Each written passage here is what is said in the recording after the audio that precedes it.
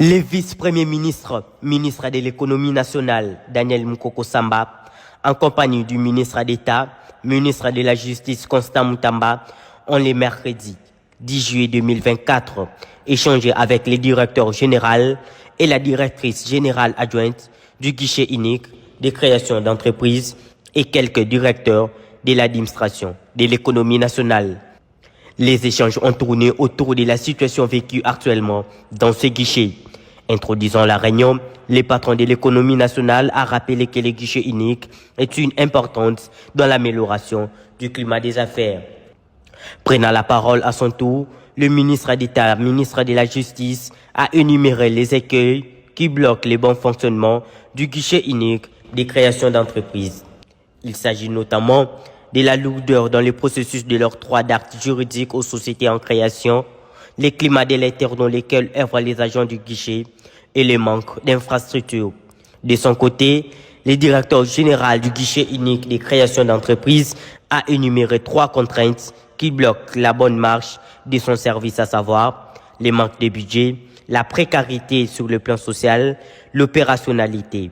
Dans les mêmes contextes, Amissi Eradi a évoqué quant à la situation sociale du pays, la non-mécanisation des agents, surtout œuvrant en province, la modicité du barème salarial de ceux qui sont payés, le manque de couverture médicale pour les agents. Face à la caméra, le vice-premier ministre, ministre de l'économie nationale Daniel Mukoko Samba, a fait le point sur la situation qui prévaut au sein du guichet unique des créations d'entreprises. Bien, Monsieur le ministre d'État, ministre de la Justice, qui est l'autorité de tutelle du guichet unique de création d'entreprises, et moi-même, avions convenu de tenir cette réunion aujourd'hui avec la direction générale du guichet unique de création d'entreprises et l'administration compétente du ministère de l'économie nationale pour faire...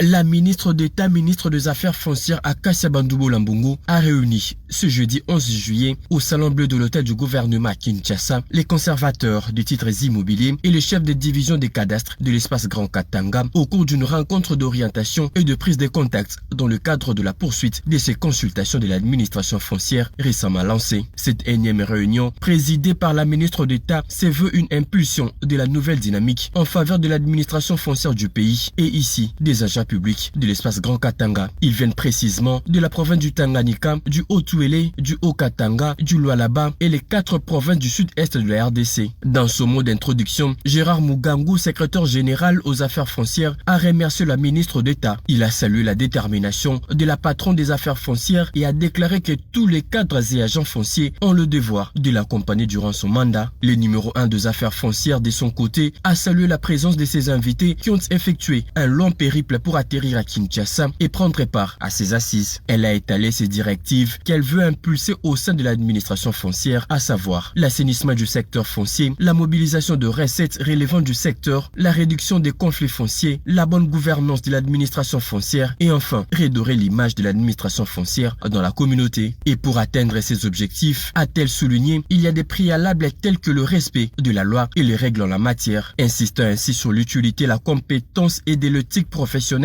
appelant à plus de moralité et à l'abandon des pratiques en marge de la loi comme la corruption, la conquisition, les détournements de biens et des deniers publics, le favoritisme, les népotismes, les trafics d'influence, l'établissement de faux documents ou toute autre manœuvre illicite. Des atouts qui peuvent sans doute renforcer la lutte contre les antivaleurs dans le secteur foncier. Pour moi, ce qui est important à noter à la tête de mon mandat au sein de l'administration foncière, j'ai 5 objectifs principaux qui m'animent dans mes actions à la tête de cette administration. C'est premièrement l'assainissement du secteur foncier. Deuxièmement, c'est la mobilisation de recettes. Troisièmement, c'est la réduction de conflits fonciers dans de cours et tribunaux. Quatrièmement, la bonne gouvernance dans les secteurs fonciers. Et cinquièmement, il s'agit de redorer l'image de l'administration foncière dans la communauté. Enfin, c'est dans les annales. Après sa brillante élection au poste de gouverneur de la province du Lualaba, Fifi Masuka Saini et son adjoint Clément Mufundi Chinat Karl prennent le bâton de commande de ce poumon économique de la République démocratique du Congo lors d'une double cérémonie de remise-reprise et d'installation du gouverneur et vice-gouverneur de province. À l'installation de Madame Masuka Saini Fifi en qualité de gouverneur de la province du Lualaba. Dans la foulée, le message du vice-premier ministre de l'Intérieur a été lu après la lecture des différentes notifications. De réception présent message, stop. Répercuté auprès de tous les inspecteurs provinciaux, stop. Ce qui suit, stop. Il est très chargé, stop. De superviser la cérémonie de remise et reprise, stop. Entre les progoux nouvellement élus et investis, stop. Par ordonnance présidentielle, stop. Puis, s'en est suivi la remise et reprise entre le vice-gouverneur sortant Fifi Masuka et celui entrant Clément Mufunji, une première dans l'histoire de la province du Lualaba.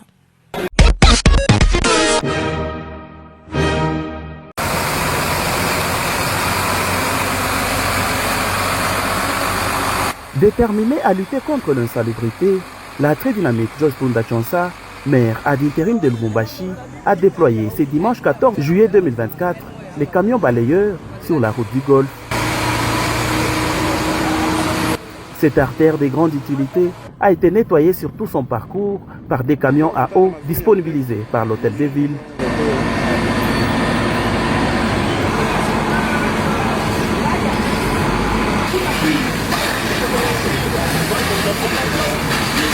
Les services d'assainissement ont mis un coup de balai assorti d'un travail de titan réalisé par les engins de la mairie de Lubumbashi.